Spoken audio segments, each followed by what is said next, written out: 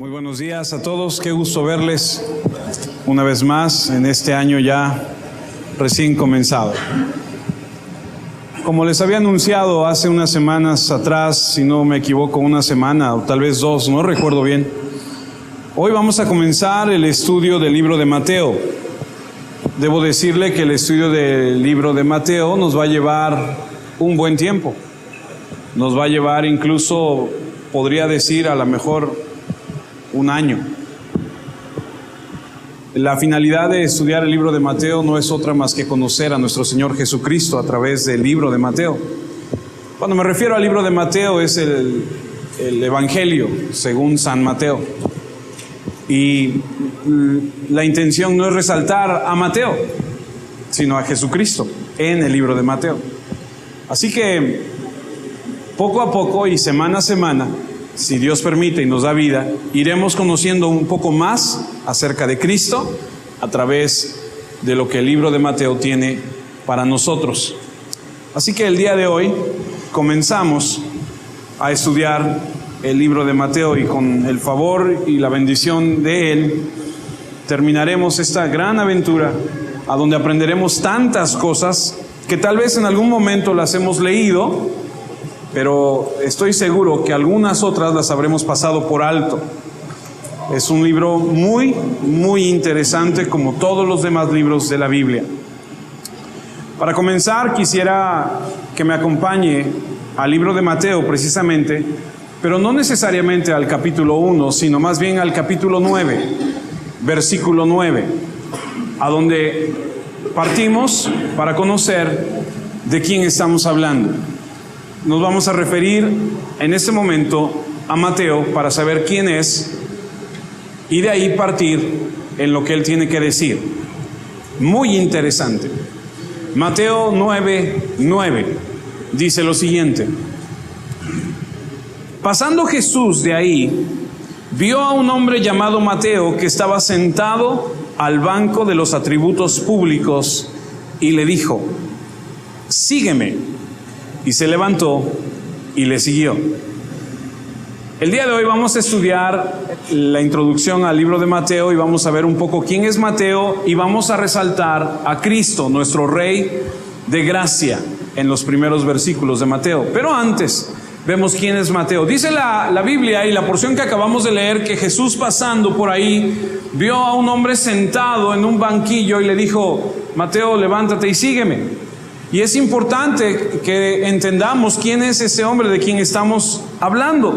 Pero antes aún de entrar a ver quién es Mateo, creo que es bueno resaltar y decir que ninguno de los apóstoles de Cristo, y esto es bien sabido, usted lee la Biblia y así lo va a entender, ninguno de los 12 apóstoles de Jesucristo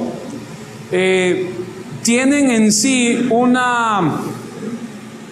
un historial de gente preparada, de gente de la élite social, por así decirlo.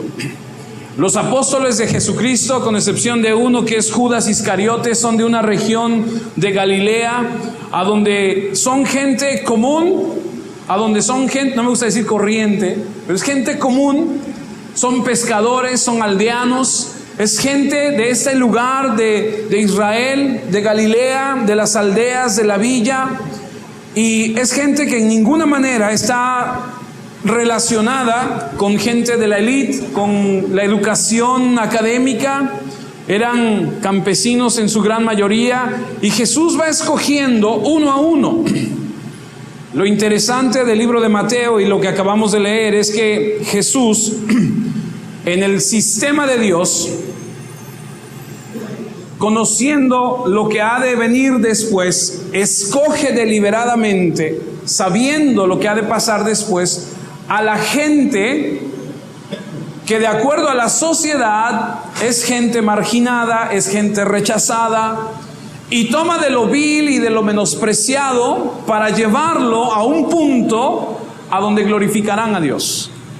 Y entonces vemos cómo Jesús pasa y ve a Mateo, que en otra parte de la escritura también es nombrado Leví, y vemos que le habla, y Leví o Mateo, si usted prefiere, es un publicano. Un publicano es un hombre que se dedica a cobrarle impuestos a su propia gente. En el momento en el que se desarrolla el libro de Mateo, la historia de Cristo en la tierra, los romanos tienen subyugados a los israelitas.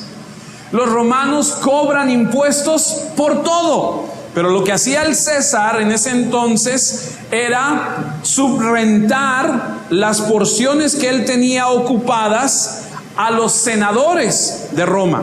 Y entonces había un senador por ahí que decía: a mí réntame la parte de Galilea. Y por una cantidad que él entregaba al César, este senador podía cobrar impuestos. Si él recuperaba la inversión, por así decirlo, o la triplicaba, ya no era cuestión del César, era cuestión del senador. Ahora, el senador no iba personalmente casa por casa a tocarle a los judíos y decirle: pague el impuesto de la renta, pague el impuesto del comercio, pague el impuesto de esto. Él lo que hacía a su vez era contratar gente de la misma región para que cobrara los impuestos. Esos son los publicanos. Son los que le cobraban impuestos a su misma gente.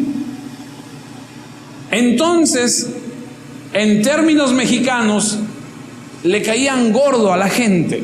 ¿Me entiende lo que le digo? Le caía mal a su misma raza. Decían: ¿cómo es posible que ese, siendo de los nuestros, todavía venga y nos embarre en la cara el hecho de que estamos subyugados por los romanos y nos cobren impuestos? O sea, ¿cómo es que se presta a hacer estas cosas a su propio pueblo?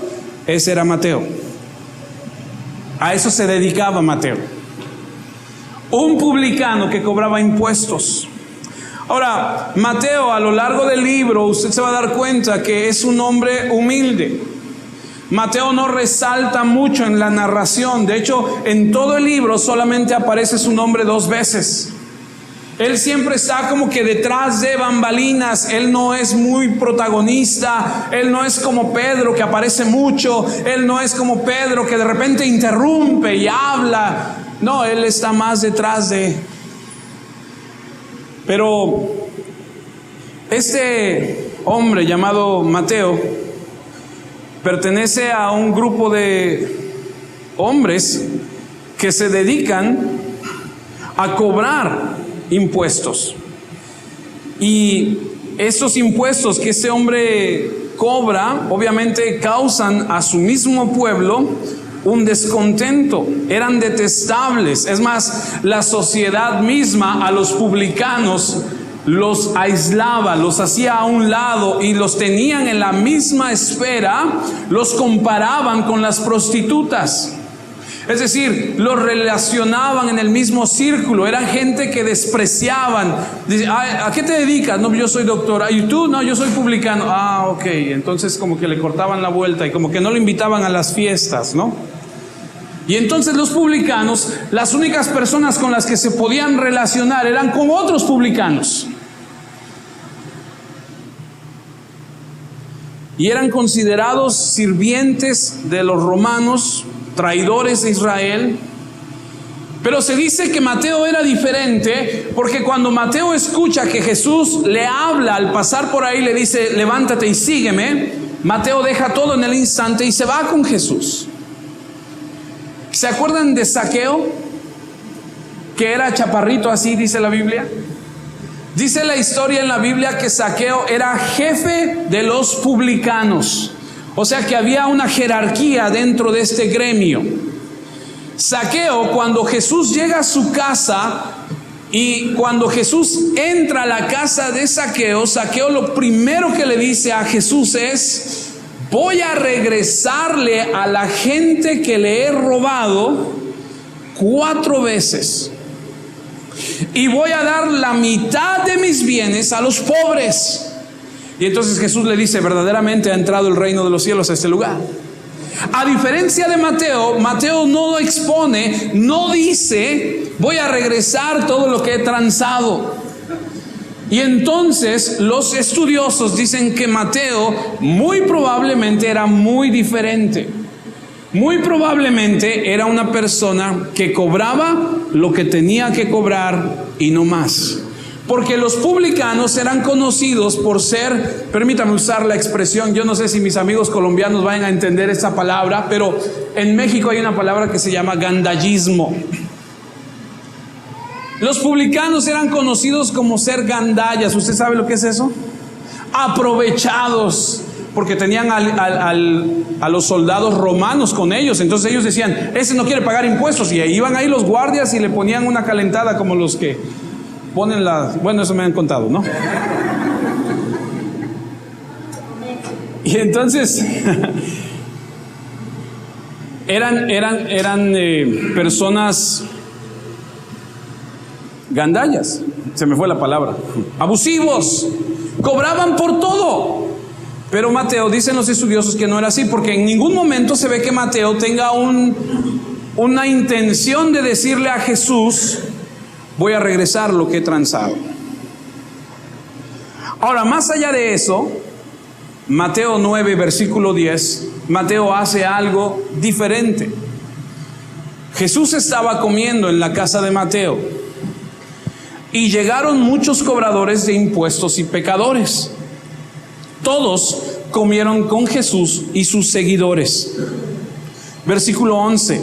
Cuando los fariseos, o sea, los religiosos de ese entonces, vieron esto, empezaron a preguntar a los seguidores de Jesús, ¿cómo es que su maestro está comiendo con los cobradores de impuestos y pecadores? El libro de Lucas lo pone de otra manera. Está narrando lo mismo, pero lo va a poner un poquito diferente. Lucas 5, versículo 29. Es la misma historia, solo que Lucas se refiere a Mateo como Leví. Y dice que no estaban comiendo. Dice, y Leví le hizo un gran banquete en su casa.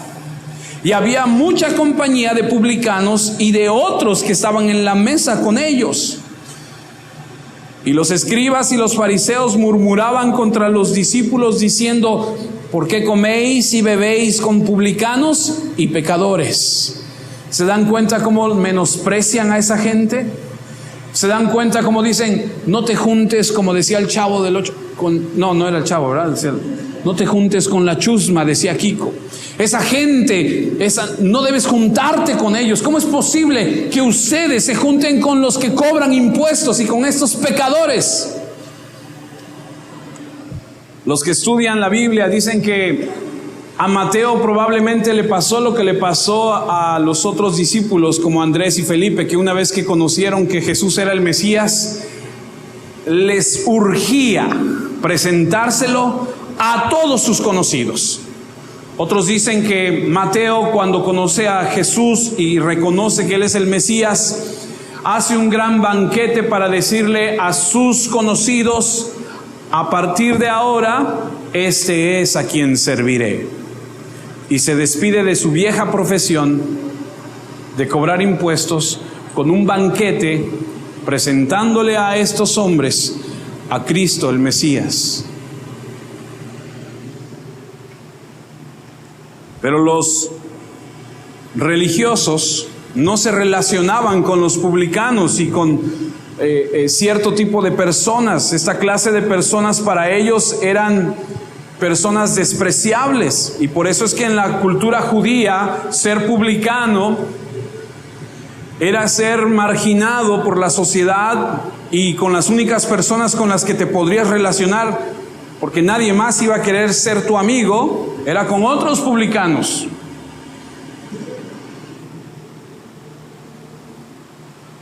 Así que está Jesús aquí comiendo con estas personas. Y dice Mateo, me regreso a Mateo 9:12, que Jesús escucha.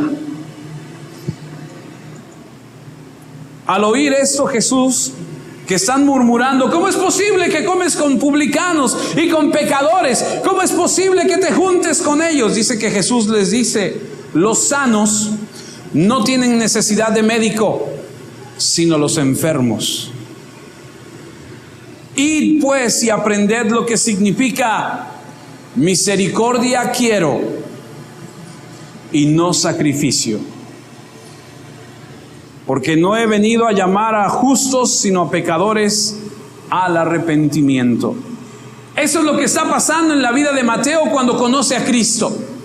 Eso es lo que sucede cuando Jesús pasa por un lado y ve a Mateo y le dice: levántate y sígueme. Dice que va a su casa, le prepara un gran banquete, se relaciona con todos, le habla a todos sus amigos, comen y presenta al Salvador a los demás. Y de esta forma empezamos a ver cómo es que Jesús comienza a establecer a lo que Él había venido. Y cómo es que Jesús de inmediato pone sobre la mesa cuál es su itinerario, lo que va a hacer. Ha venido a rescatar a los perdidos, ha venido a rescatar a los que tienen necesidad, ha venido a rescatar a los pecadores. Ese es el Jesús que se está presentando en este momento. A los que eran considerados traidores, a los que eran considerados gente no deseable. Por eso es que dice Lucas, capítulo 18, versículo 10, aquella parábola que cuenta Jesús acerca de dos hombres que subieron al templo, ¿se acuerdan? Dice la parábola en Lucas 18, 10, dos hombres subieron al templo a orar.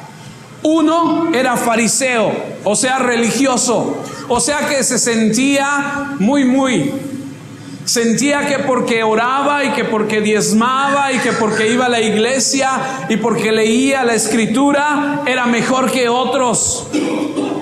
Hay partes en la Biblia que dicen que el que tenga oídos para oír, que oiga. Ese fariseo dice que subió, y el otro publicano. El fariseo, puesto de pie, oraba consigo mismo de esta manera. ¿Ha escuchado usted a gente religiosa orar? Que habla normal de repente y cuando va a orar le cambia la voz y ahora vamos a orar y aleluya. Padre que... Así es este fariseo.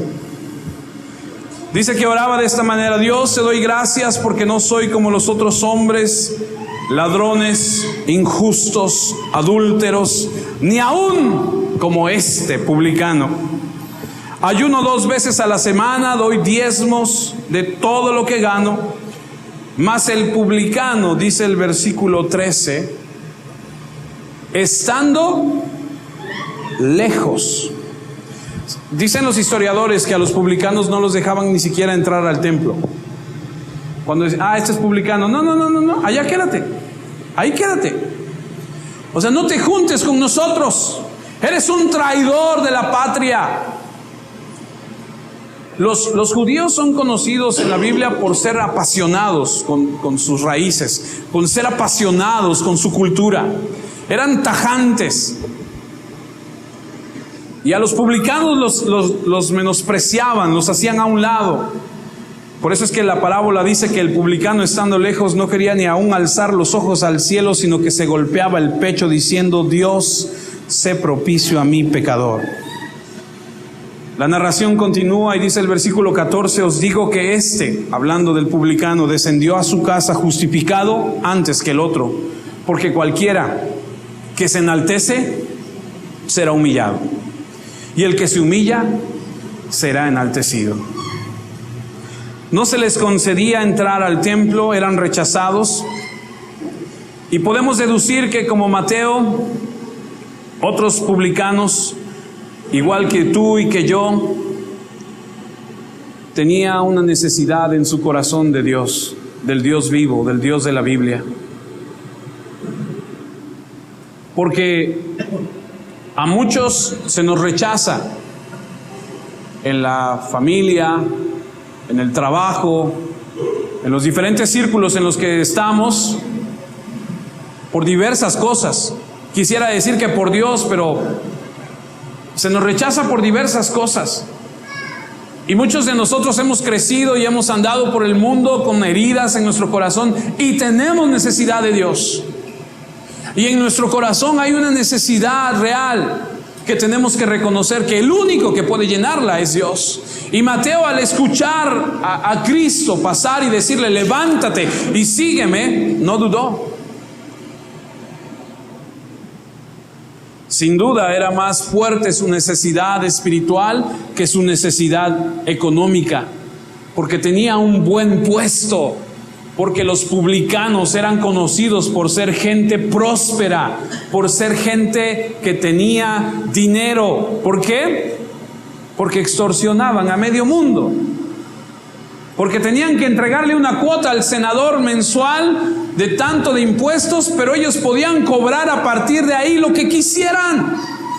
Por eso es que eran tan ricos. Así que este es el Mateo que escribe el primero de los evangelios.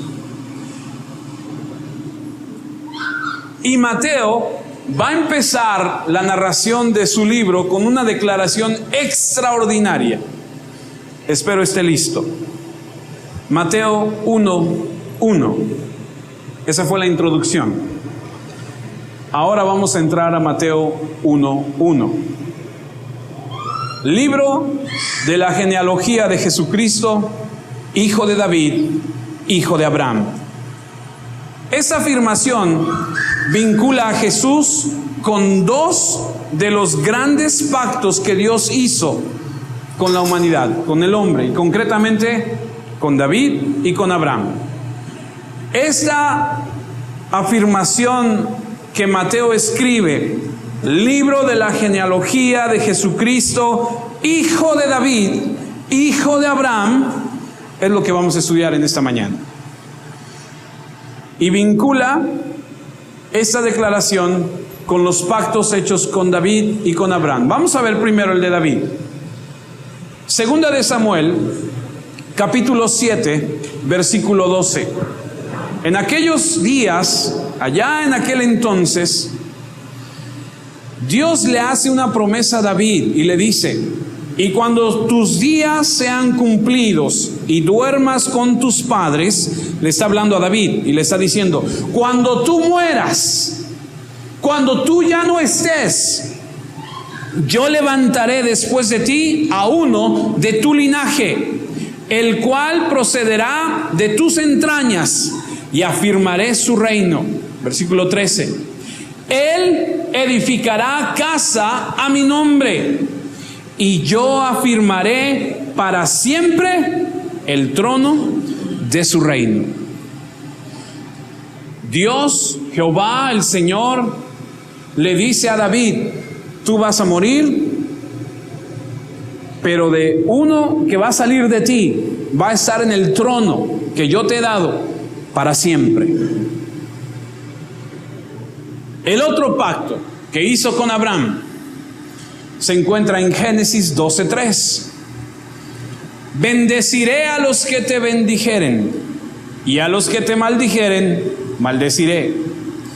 Y serán benditas en ti todas las familias de la tierra.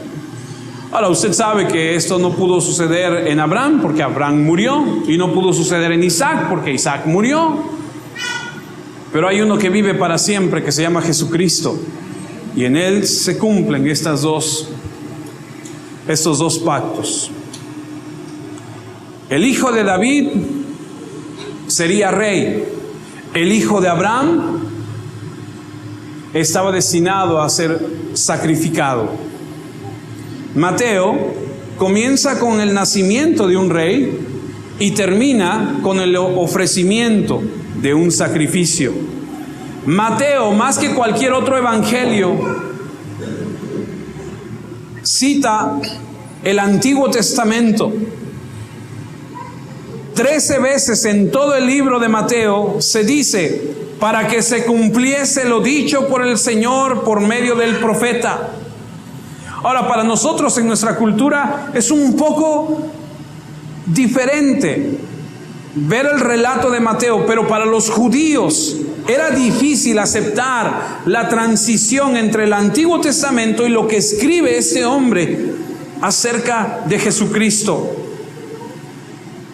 Lo que escribe sobre todo este publicano. ¿Cómo es que este publicano escribe todo esto acerca de ese hombre? Pero es de suma importancia entender lo que Mateo, después de 400 años de silencio, escribe, porque desde Malaquías ha habido 400 años de silencio de parte de Dios hacia el pueblo. Y el hecho de que se presente a Jesús como lo hace Mateo, introduciéndolo con el linaje, con la genealogía, dice, viene de David y viene de Abraham. Dos hombres importantísimos en el Antiguo Testamento. Los judíos dicen, a ver, espérate, porque para los judíos era muy importante el linaje, muy importante de dónde venías, de qué familia eres. No, pues yo soy de los Pérez. Ah, los Pérez, gente muy respetable. Los Barbarena, no, los Barbarena, han de ser de los piratas, ¿no? Porque así como que Barbarena, así muy... Para los judíos era sumamente importante la genealogía, el linaje que tú trajeras. Y cuando Mateo comienza escribiendo el libro número 40 de la Biblia, es el libro de Mateo. Hay 39 libros del Antiguo Testamento y el número 40 es el libro de Mateo. Y en la numerología, en el estudio de los números de la Biblia, el 40 siempre representa prueba. Y el libro de Mateo es una prueba real para el judío porque se le presenta como un rey. Porque lo que está diciendo Mateo desde un inicio es: este Jesucristo proviene del rey David y tiene derecho a sentarse en el trono como rey de los judíos. Y entonces los judíos no les agrada esto. Ahora, escúchame por un segundo. Vamos a leer la genealogía de Cristo en Mateo 1. Y vamos a tocar nombres que son hasta difíciles de pronunciar. Y que tú dices, ¿y ese quién es? ¿Y eso para qué está ahí? ¿Y por qué? Y a veces, y espero no ser el único, pero a veces abres la Biblia y dices, soy un montón de nombres, no, mejor me los salto. Porque no sabes quiénes son y no sabes para qué son. Y te voy a decir una cosa, toda palabra que está escrita en la Biblia tiene un propósito, tiene una razón. Así que le voy a pedir que tenga paciencia. Le voy a pedir que escuche con atención. Hay mucho que aprender de esto. Mateo 1:1 en adelante. Libro de la genealogía de Jesucristo, hijo de David, hijo de Abraham. Abraham engendró a Isaac, Isaac a Jacob, y Jacob tuvo 12 hijos. Escuche, la historia es más larga, pero déjeme decirle, Jacob es el padre, Jacob es Israel. De él vienen las 12 tribus. Y sería más extenso, pero no nos vamos a meter ahí para no revolvernos más. Pero Jacob es Israel.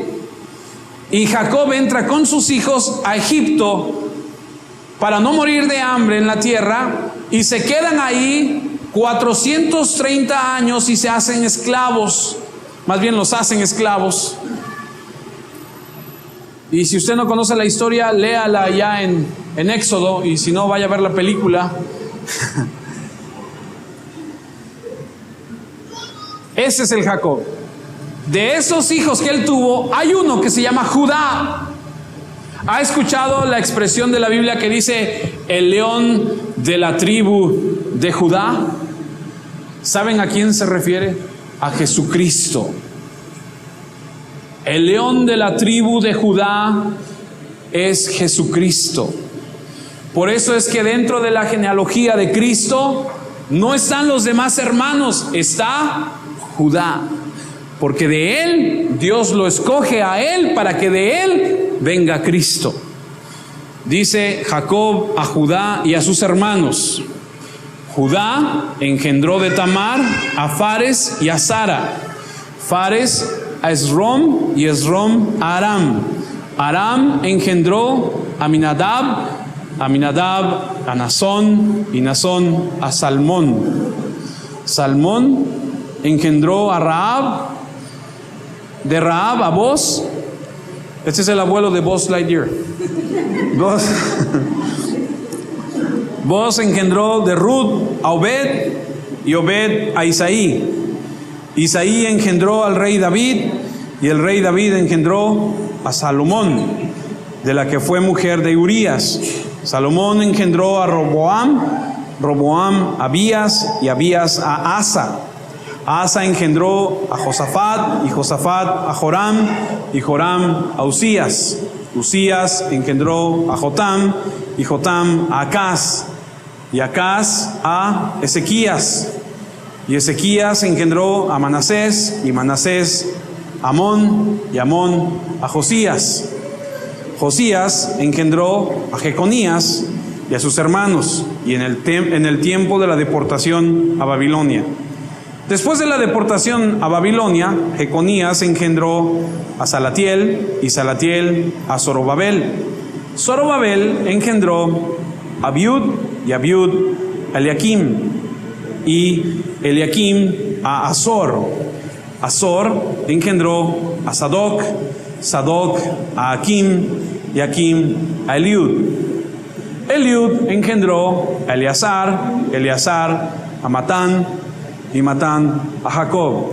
Y Jacob engendró a José, marido de María, de la cual nació Jesús, llamado el Cristo.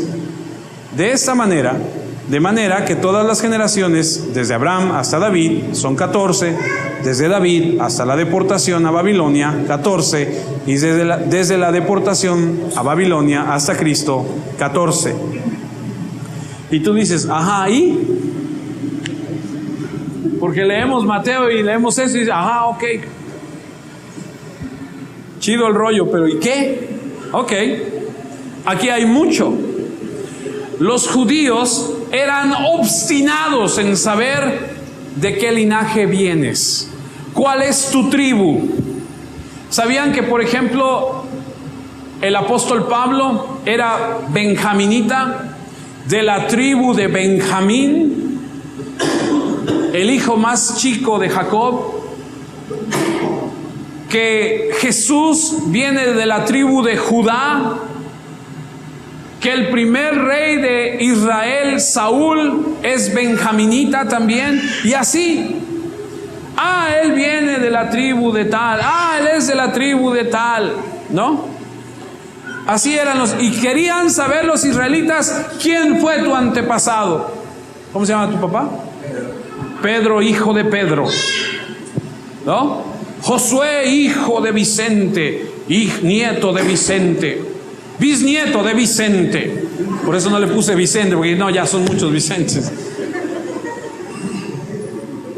Así que, si alguien iba a ser presentado como rey, si alguien iba a venir y decir, yo tengo derecho a ocupar el trono de David, tenía que comprobar por medio de su genealogía, por medio de su linaje, de dónde venía la familia. Muy importante.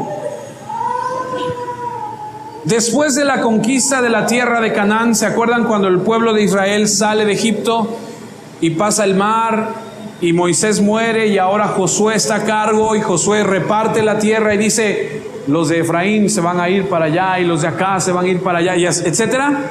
Ellos tenían que saber a dónde les tocaba ir. Yo soy de los benjaminitas, a ti te toca para allá. Yo soy de tal, a ti te toca para acá. Yo soy de Judá, a ustedes les toca para allá. Ellos tenían que saber a dónde les iba a tocar. Se los llevan otra vez de esclavos a Babilonia, y cuando regresan del cautiverio de Babilonia, hay un punto importante en la historia. Acompáñame a Esdras, capítulo 2, versículo 62. Era tan importante para los israelitas saber a quién pertenecías, que te pedían tus datos, tus credenciales, por así decirlo.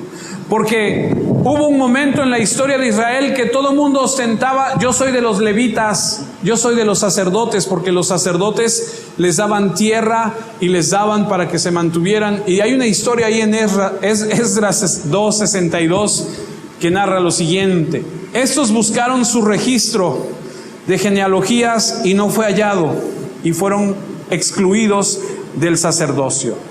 Cuando el pueblo regresaba de Babilonia, algunos decían: yo pertenezco a los levitas, a mí me toca por derecho divino que me den un pedazo de tierra y que se me mantenga porque soy de los levitas. Ah, sí, a ver tus credenciales. A ver, ¿quién fue tu papá? A ver, ¿de dónde vienes? ¿Cómo se llamaba el tatarabuelo? A ver, ¿cómo? A ver, ¿hijo de quién?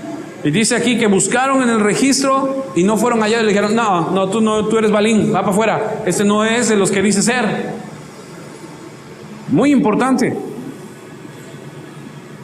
Así que cualquier persona que trataba de jugar el papel de el sacerdote, por ejemplo, y no tenía credenciales para reclamar el derecho, no era aceptado. Por eso es que la historia nos narra al principio de los evangelios, por ejemplo en Lucas 2, ¿se acuerdan cuando tuvieron que ir a empadronarse? Cuando tuvieron que ir, bueno, vamos para allá, Lucas 2, versículo 1. Aconteció en aquellos días, ¿sí estoy bien? Porque creo que sí, que se promulgó un edicto de parte de Augusto César que todo el mundo fuese empadronado. Este primer censo se hizo siendo Cirenio gobernador de Siria, e iban todos para ser apadronados, cada uno a su ciudad. Y José subió de Galilea, de la ciudad de Nazaret, a Judea, a la ciudad de David, que se llama Belén. Ojo, por cuanto era de la casa y familia. Escuche algo. Si José el carpintero ese día hubiera dicho: hey, yo soy de la casa de David, yo tengo derecho a sentarme en el trono de Israel como rey, porque yo vengo del linaje de David, él podía comprobarlo, ¿cierto? Ok, no se pierda, porque esto es muy importante, no lo pierda. Herodes no era el rey de los judíos, era el gobernante de esa región que había sido puesto por el César. Pero si alguien tenía o ostentaba los derechos a ser rey, o que pudiera sentarse en el trono algún día, sucesor del rey o del reino, era José el carpintero, porque dice, era de la casa de David. Nadie se había sentado en el trono de Israel durante 600 años. Pero podemos ver por las genealogías que hay aquí que José podía ostentar y decir: yo soy de la casa de David, no sé en qué lugar me toca, pero me anoto, puedo ser uno de los herederos. Si usted ha leído un poco acerca de la historia o sabe un poco de la historia, usted sabe que la reina Isabel de Inglaterra, cuando ella muera, a quien le toca el reino es a su hijo Carlos, pero ahora ya están los otros herederos, que ahora son los nietos, y hay dos, hay uno que se llama William y otro que se llama Henry, y uno de esos dos son los que van a heredar. No sé cuál es el orden, no sé cómo está pero a uno de esos dos les va a tocar. Y así José podía decir: yo me anoto para que cuando me toque, aquí estoy, si es que me toca. Ahora, el día de hoy todo ha cambiado, porque no hay judío que sepa de qué tribu es, porque los registros se perdieron. Y le voy a decir por qué. Porque después de que Cristo es presentado como el heredero del linaje de Abraham y del linaje de David, y Él es el que se sienta en el trono para reinar para siempre, nadie más sabe ni puede ostentar, venir y decir: yo soy de la casa de David, a mí me toca el trono. Nadie más sabe, los registros están perdidos, no hay judío en el mundo que sepa a qué tribu pertenece, para que nadie más ostente que él puede sentarse en el trono. Así que ya leímos la genealogía de Mateo 1:1 y vimos cómo empieza David, Abraham y llega hasta José. Hay otra de la misma genealogía de Cristo, pero está en el libro de Lucas, en el capítulo 3. No la vamos a leer, nada más quiero mostrársela. Algunos dicen: oh no, por Dios, no, más nombres, no. La genealogía de Cristo en Mateo viene, ¿cómo se dice? descendente. De arriba para abajo, ¿no? Desciende. Pero la que está en Lucas, asciende. En otras palabras, de Mateo empieza con David y Abraham y llega hasta José. Y la que está en Lucas empieza de José y va a terminar en Adán. No la vamos a leer, solo quiero leerle el primer versículo. Lucas 3:23.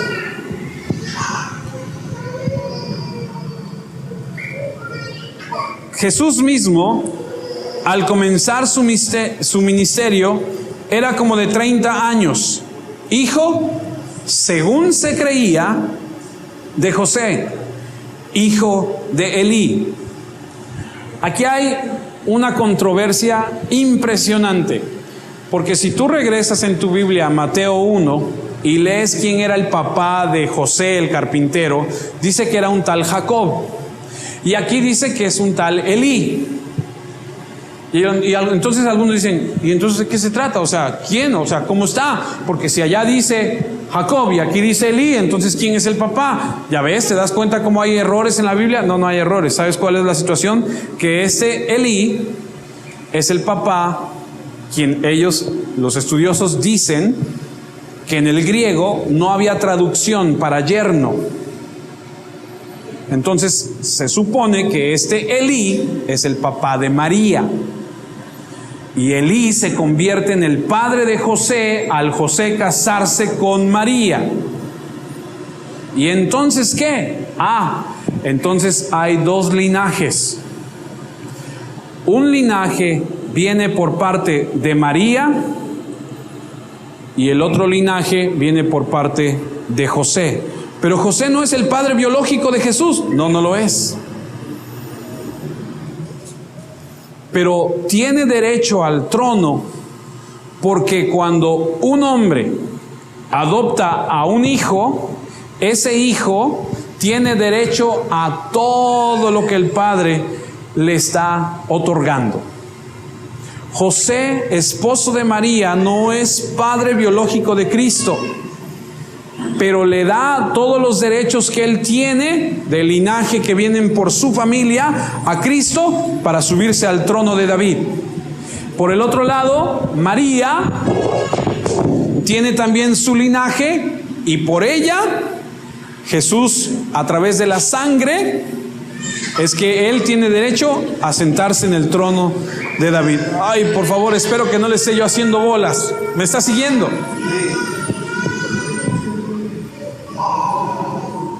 Ok, espero que sí.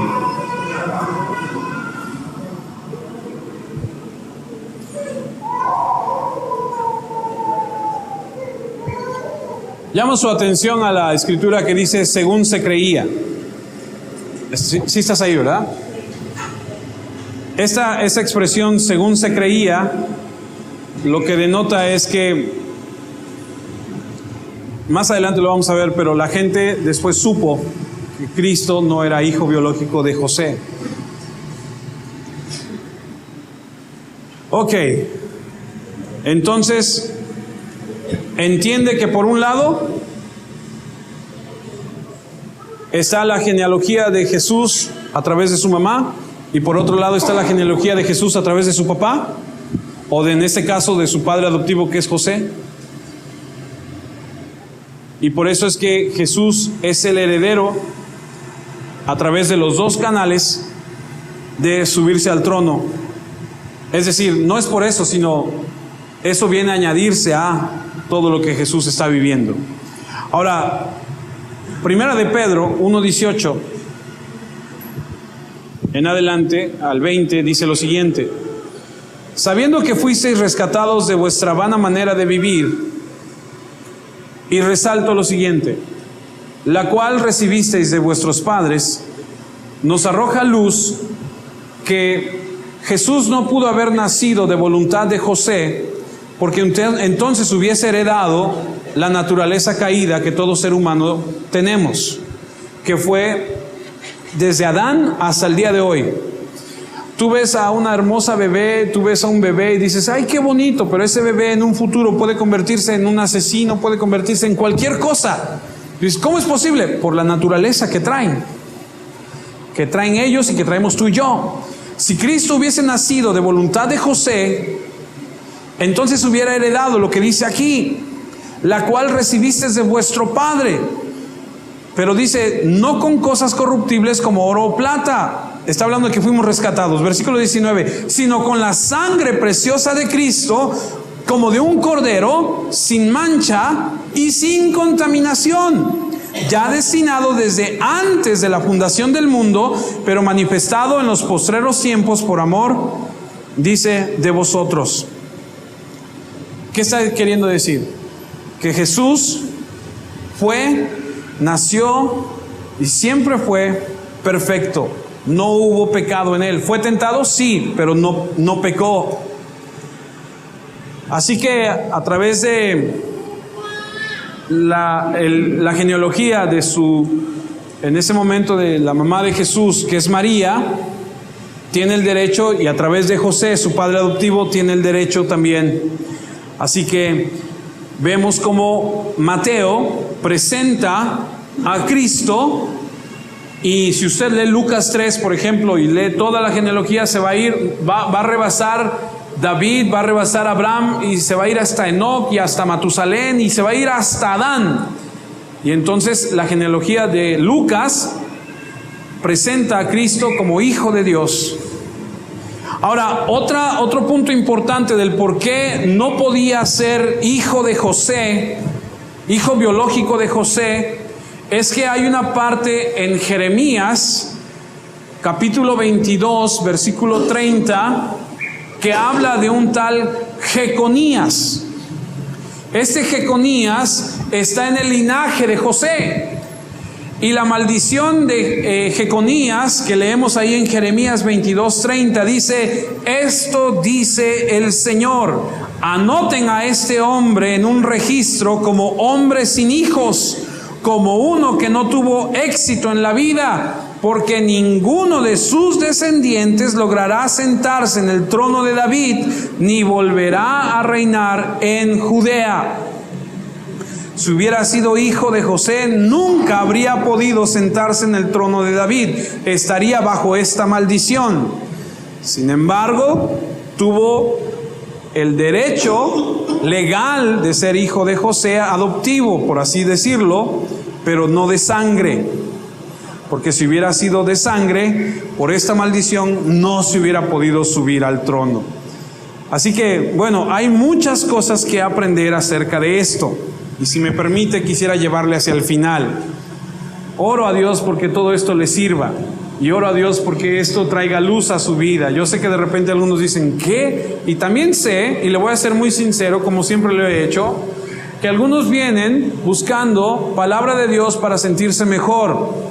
Para decir, ay, es que yo tengo en mi corazón una necesidad y quiero ver qué Dios me dice hoy para mí. Quiero salir bien, me quiero sentir bien este año, con gozo y con... ¿Sabe qué? La palabra de Dios no es para que usted se sienta contento y gozoso solamente. Está ahí, sí, claro, pero la palabra de Dios es mucho más que eso. Y le voy a ser sincero, tengamos cuidado de buscar al Señor para que Él nos dé solo lo que nosotros queremos. La intención de estudiar Mateo es ver a Cristo en la Escritura. Y habrá momentos cuando estudiamos Mateo, como ahorita, que son muchos nombres y no entiendo nada, y a lo mejor te vas a tu casa y dices, ay, no entendí nada hoy. Bueno, vuélvelo a escuchar. Aprende que Cristo es Rey, es presentado como Rey. Pero más allá de eso, escucha lo que viene, está impresionante. Me regreso a Mateo 1:1, libro de la genealogía de Jesucristo, hijo de David, hijo de Abraham. Esa expresión que Mateo hace de Jesús como Jesucristo, lo que denota es presentar quién es Él. Porque Mateo 1:21 dice, y dará a luz un hijo y llamará su nombre Jesús, porque Él salvará a su pueblo de sus pecados. Jesús significa Salvador. Y lo que está diciendo Mateo cuando lo presenta, está diciendo, este es el Salvador.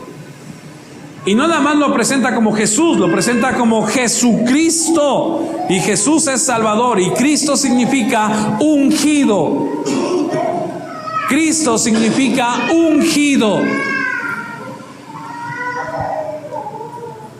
Cristo fue ungido como profeta, como sacerdote, y es presentado en Mateo como ungido, como rey.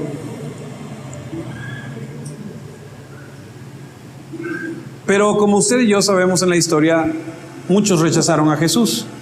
Mateo 13:54 dice lo siguiente: y viniendo a su tierra, antes de seguir, usted ha ido, a lo mejor en estas fechas, a lo mejor fue a la casa de algún familiar y usted quiso compartirle de Cristo a alguien y hablarle de la palabra y les dijeron, ¿tú? No, por favor, ¿tú? Nah. Dice que fue a su tierra, les enseñaba en la sinagoga de ellos, de tal manera que se maravillaban y decían, ¿de dónde tiene esta sabiduría y estos milagros? ¿No es el hijo del carpintero? ¿No se llamaba su madre María y sus hermanos Jacob, José, Simeón y Judas? ¿Acaso no es este el vecino? ¿No fuiste tú a la escuela con este? No le creían. Decían, no le creían, lo rechazaban.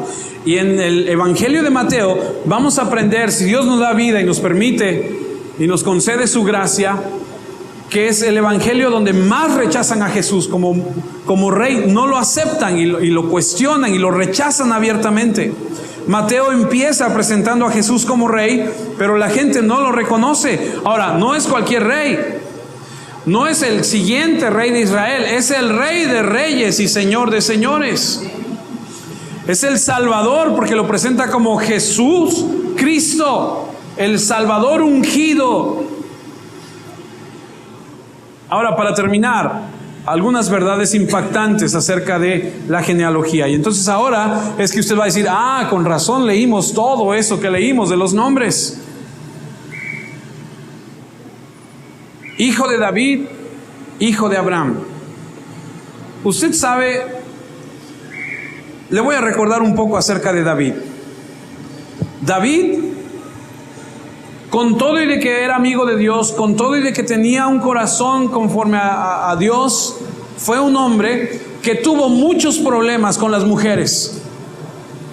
David tuvo problemas con las mujeres toda su vida. De hecho, dicen que cuando murió, le tenían que poner a una doncella para que lo calentara ahí en su cama, ya de viejito. Y uno de los episodios más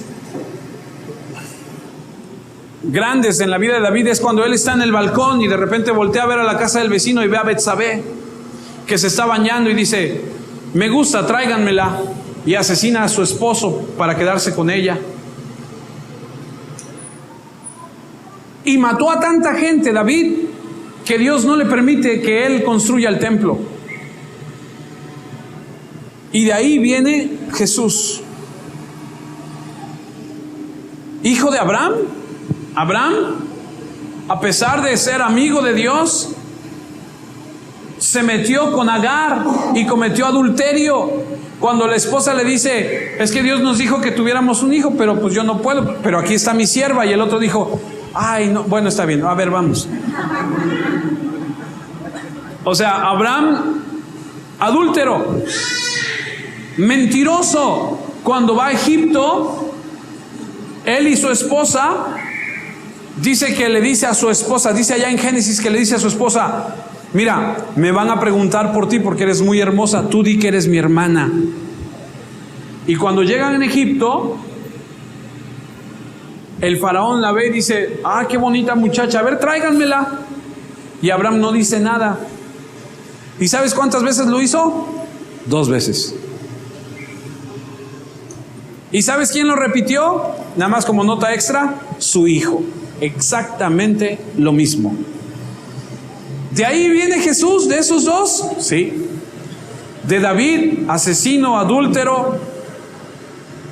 De Abraham, adúltero, mentiroso. Sí, de allá viene la genealogía. Pero más allá de eso, versículo 4, Mateo 1:3. La cultura judía no tomaba mucho en cuenta a las mujeres. Quiero que por favor anote esto. Las mujeres dentro de la cultura judía no aparecen mucho. Así que el hecho de que haya 4 mujeres en esta narración es importante. Por ejemplo, Mateo 1:3, Judá engendró de Tamar a Fares y a Zara. Fares a Esrom y Esrom a Aram. Pero ¿quién es esta Tamar? ¿Quién es esta mujer Tamar? Bueno, vamos a ver quién es esta Tamar. Tamar es una mujer que Judá, cuando se separa de su papá y de sus hermanos, se va a vivir a cierta región y se casa él, tiene sus hijos, tiene 3 hijos, y al más grande lo casa con Tamar. Pasando unos años, el hijo se muere, y como es tradición en la cultura, si tu hermano mayor se murió y no tuvo hijos, y tú eres el que sigues, le tienes que entrar, papá. Tú tienes que hacer que tu hermano tenga descendencia. Y entonces tú te tienes que casar con la viuda. Y entonces el segundo hijo de Judá se casa con Tamar. Pero resulta que este hombre hace cosas que desagradan a Dios, y dice la Biblia que Dios lo mata. Y entonces Judá dice, caray, ya se me murió uno, ya se me murió el otro, el único que me queda es este. Y entonces Judá le dice a Tamar, allá en Génesis 38:11, y Judá dijo a Tamar, su nuera, quédate viuda en casa de tu padre hasta que crezca Sela mi hijo, porque dijo, no sea que muera él también como sus hermanos. Y se fue Tamar y estuvo en casa de su padre. O sea que ahora Judá tiene que darle a su tercer hijo a esta Tamar, pero ya no se los quiere dar. Dice, no, ya se me murieron 2, mejor vete a la casa de tu papi y cuando crezca este otro mi hijo, ya te lo doy. Pero pasan los años. Dice el versículo 13, y fue dado aviso a Tamar diciendo, he aquí tu suegro sube a Timnat a trasquilar sus ovejas. El contexto lo puedes leer en casa. Ya no le quiere dar al hijo. Entonces, dice, se quitó ella los vestidos de su viudez y se cubrió con un velo y se arrebozó. O sea, ¿cómo se dice? Se puso el Mary Kay y a esas cosas, ¿no? Y se puso a la entrada de Eniam, junto al camino de Timnat, porque veía que había crecido Sela y no era dada a él por mujer. Y la vio Judá, toda guapetona ella y cubierta y todo ahí, y la tuvo por ramera, o sea, prostituta, porque ella había cubierto su rostro. Y la historia sigue y dice que esta mujer se disfraza como prostituta, pasa a Judá, el suegro, y la ve y pasa lo que tiene que pasar. Y ella le dice, a ver, espera, pero ¿cómo yo sé que tú me vas a pagar? Porque el hombre no trae nada. Y entonces él le dice, pues, ¿qué quieres? Te voy a mandar a traer un cabrito para que te lo den. Dice, no, mejor dame tu bastón, mejor dame una prenda tuya. Y se los da. Se acuesta con él y ella queda embarazada. Y entonces le dicen a Judá, oye, Tamar, tu nuera, ya anduvo por ahí y está embarazada. Y este hombre se enoja y dice, hay que quemarla, hay que matarla, porque no está cumpliendo. Y entonces le van a avisar a Tamar y le dicen, díganle a Judá que el dueño de esto es el papá de los hijos que yo tengo en mi vientre.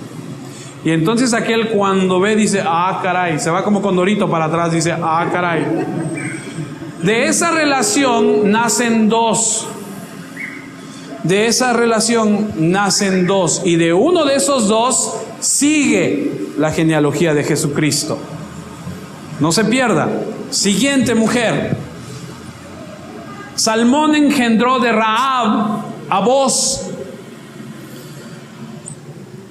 ¿Saben quién es esta Rahab? Josué 2:1. Josué manda a los espías a Jericó, y dice: Josué hijo de Nun envió desde Sittim 2 espías secretamente, diciéndoles: andad, reconoced la tierra y a Jericó. Y ellos fueron y entraron en casa de una ramera que se llamaba Rahab, y posaron ahí. Una prostituta. ¿Sabes quién se casó con Rahab? Uno de los hijos. De ahí sigue la línea. Y ahí está otra vez en la genealogía de Cristo otra mujer.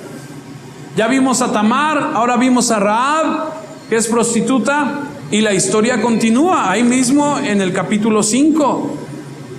Y dice: Boz engendró a Ruth. Perdón, de Obed, perdóname, otra vez. Boz engendró de Ruth a Obed, y Obed a Isaí. ¿Sí estoy bien, verdad? ¿Sí o no?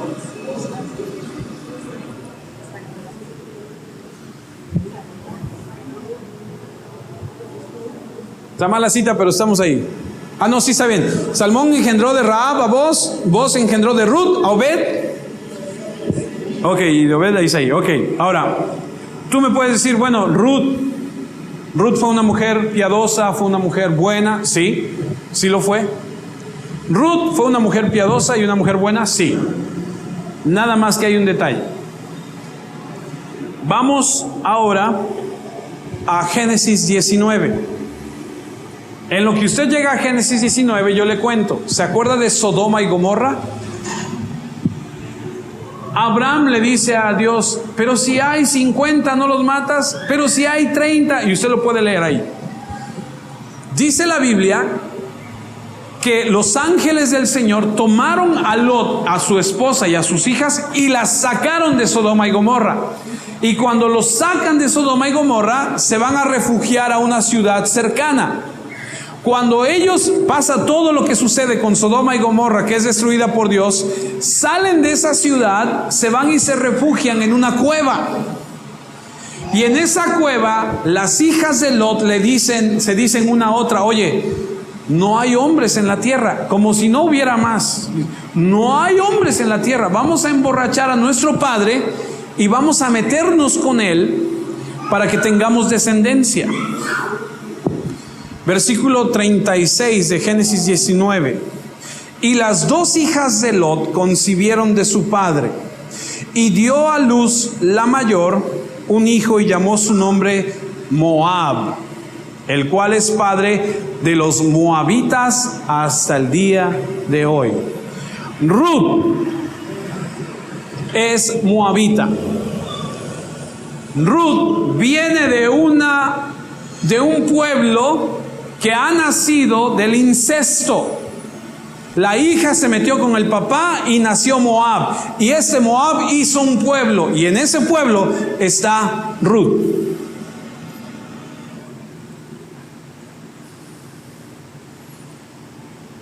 Ruth,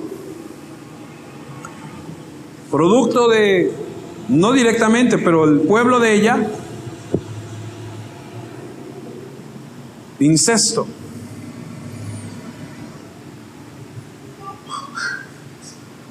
Era considerado tan grave esto que los moabitas no se les permitía entrar al templo de Dios. Decían: ellos no pueden entrar. ¿Tú eres moabita? Sí, no puedes. ¿Por qué? Por el trasfondo de la historia que hay. Mateo 1:6. Ya voy a acabar. Isaí engendró. Isaí es el hijo de Ruth, ¿cierto? Ruth es abuela del rey David. Isaí engendró al rey David, y el rey David engendró a Salomón, de la que fue mujer de Urías. ¿De quién? De Betsabé. De la que vio que se estaba bañando allá en el balcón y dijo: me gusta, tráiganmela. Al que asesinó al marido.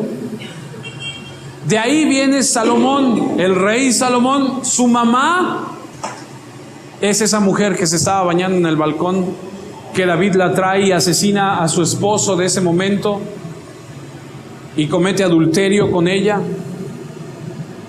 Así que tenemos en la genealogía de Cristo 2 rameras, una nacida de incesto, una adúltera, y como dijera el famoso Pompín Iglesias, ¡qué bonita familia! ¡Qué bonita familia! Pero le digo una cosa, usted y yo, con todo respeto, no estamos exentos. Y bendito sea su nombre, que es el Rey de gracia. Porque si Dios se hubiese puesto estricto y hubiese dicho, no, que sea una línea pura, que sea una línea de gente bien, no hubiera, pues claro que no, hijo, no. ¿De dónde?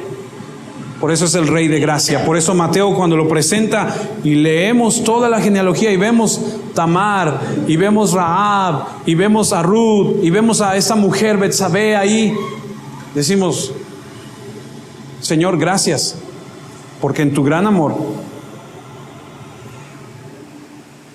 permites gente pecadora en tu familia. Eso lo único que hace es resaltar más a ese Rey de gloria, a ese Rey de gracia. Eso debió haber sido un knockout para los judíos, porque era muy importante la genealogía. Y así presentan al Mesías. Y todavía puedo escuchar esas palabras de Cristo que leímos hace un rato, que se sepa en todo Israel y que todo mundo escuche que Cristo es amigo de pecadores y vino a llamar no a justos, sino a pecadores al arrepentimiento. Y como dijera Pablo, de los cuales yo soy el primero. Ese es el Rey de gracia que presenta el libro de Mateo. Así comienza. Si Dios nos permite, nos da vida y usted aguanta, la próxima semana, el nacimiento de la Virgen. No de la Virgen, más bien el nacimiento de, o ¿cómo se dice? Por parte de la Virgen, ¿no? ¿Dios sabía de todas esas personas? Claro que sí.